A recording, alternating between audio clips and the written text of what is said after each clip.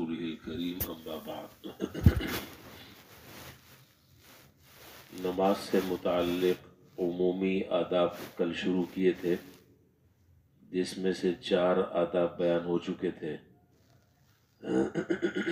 5واں ادب بیان فرمایا، اچھے طریقے سے وضو کر کے خشوع اور خضوع سے نماز پڑھنا۔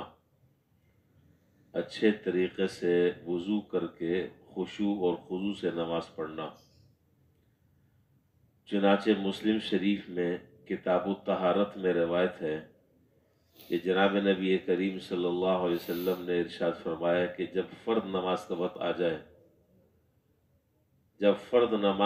آ جائے تو مسلمان اچھے طریقے سے وضو کرے اور اس نماز کو خشوع کے ساتھ ادا کرے۔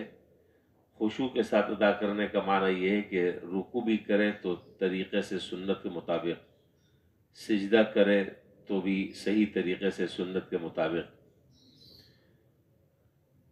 یعنی ہر رکن صحیح طریقے سے ادا کرے۔ اس کو خشوع کہا جاتا ہے، اور خضوع کہا جاتا ہے دل کی کیفیت کو، کہ دل پورے طریقے سے اللہ تعالیٰ کی طرف متوجہ ہو، ظاہری اعضاء بھی ساکن رہے اور دل بھی یکسو رہے اللہ تعالیٰ کی طرف۔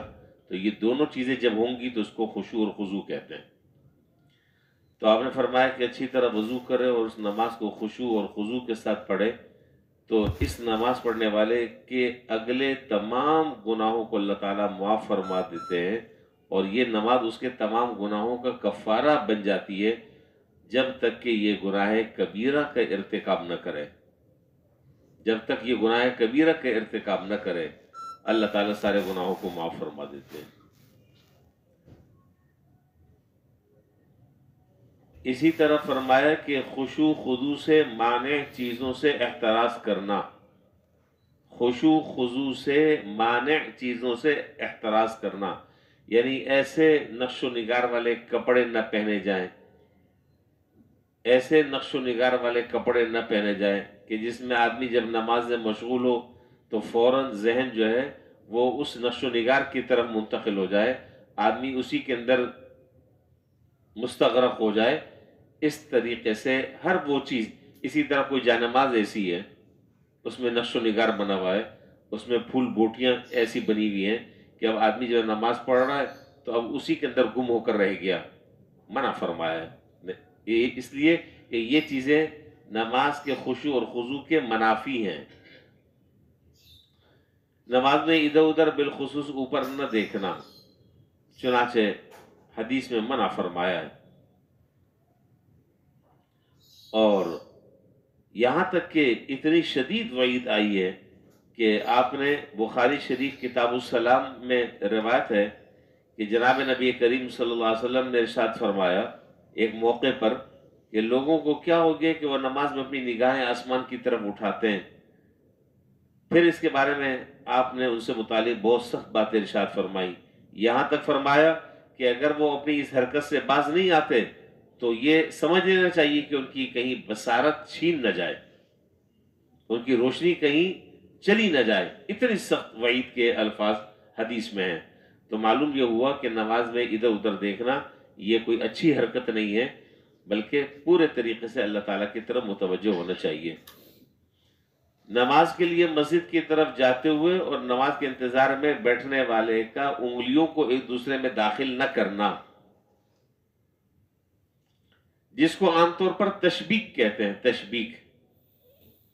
تشبیک یہ ہے، یہ ایک ہاتھ کی انگلیاں جو ہے وہ دوسرے ہاتھ کی انگلیوں میں ڈال کر آدمی بیٹھ جائے، یہ منع ہے، اس کو تشبیک کہتے ہیں۔ ایک ہاتھ کی انگلیاں دوسرے ہاتھ کی انگلیوں کے اندر داخل کر کر ایسے نماز کے انتظار میں آدمی بیٹھے، یہ منع ہے، اس طرح نہیں بیٹھنا چاہیے، انگلیوں کو انگلیوں میں داخل نہ کیے جائے۔ سخت بھوک کے وقت کھانے سے فارغ ہو کر نماز پڑھنا، الا یہ کہ نماز قضا ہو جانے کا اندیشہ ہو۔ سخت بھوک لگی ہوئی ہے، یہ بھوک سے مراد یہ بھوک نہیں ہے جو ہمارے ہیں کہ 3 وقت جو ہے وہ ڈٹ کر کھا رہے ہیں، اور پھر نماز کا اگر وقت آتا ہے تو پھر یہ یاد دلا دیتے ہیں کہ بھائی یہ بھی مسئلہ پڑا ہے۔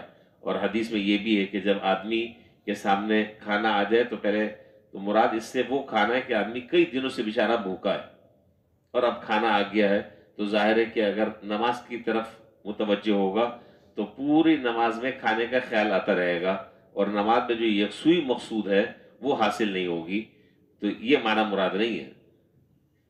تو سخت بھوک کی بات ہو رہی ہے، صاف ستھرے کپڑے پہننا، ٹوپی پہن کر نماز پڑھنا، ننگے سر نماز پڑھنا، فقہا نے اس کو مکروہ کہا ہے، یہ مناسب نہیں ہے، یہ صحیح نہیں ہے ننگے سر۔ اور اسی طریقے سے فقہا نے دوسرا مسئلہ بھی یہ لکھا ہے کہ ننگے سر آدمی کی شہادت بھی قبول نہیں ہوتی، اس کی گواہی بھی قبول نہیں ہوتی، اس لیے کہ یہ فسق کی علامت ہے، یہ فاسقوں کا شیوا ہے ننگے سر رہنا۔ تو ہمیشہ جو ہے سر پر ٹوپی یا کپڑا یا رومال سے سر کو ڈھانپنا چاہیے، اس لیے کہ ننگے سر نماز پڑھنے سے احتیاط کرنی چاہیے۔ جماعت کی پابندی کرنا، ظاہر ہے کہ جماعت کے ساتھ نماز پڑھے گا تو جماعت کے ساتھ نماز پڑھنے کا کئی گنا، 27 گنا زیادہ ثواب ہے، 25 گنا بعض روایتوں میں زیادہ ثواب ہے۔ اور پھر دوسرا یہ کہ جماعت سے جب نماز پڑھے گا تو اللہ تعالیٰ کے نیک اور مقبول بندے بہت سارے ہوتے ہیں، پتہ نہیں کس کی برکت سے اللہ تعالیٰ نماز کو قبول فرما لیں۔ اکیلے نماز پڑھے گا تو ظاہر ہے کہ اکیلی نماز ہوگی، جماعت کے ساتھ پڑھے گا بہت سے نیک بندوں کے ساتھ وہ شریک ہوگا، جہاں ان کی نماز قبول ہوگی تمہاری بھی نماز انشاءاللہ قبول ہو جائے گی۔ بقیہ باتیں انشاءاللہ پھر کل کریں گے۔ اللہ تعالیٰ ہمیں عمل کرنے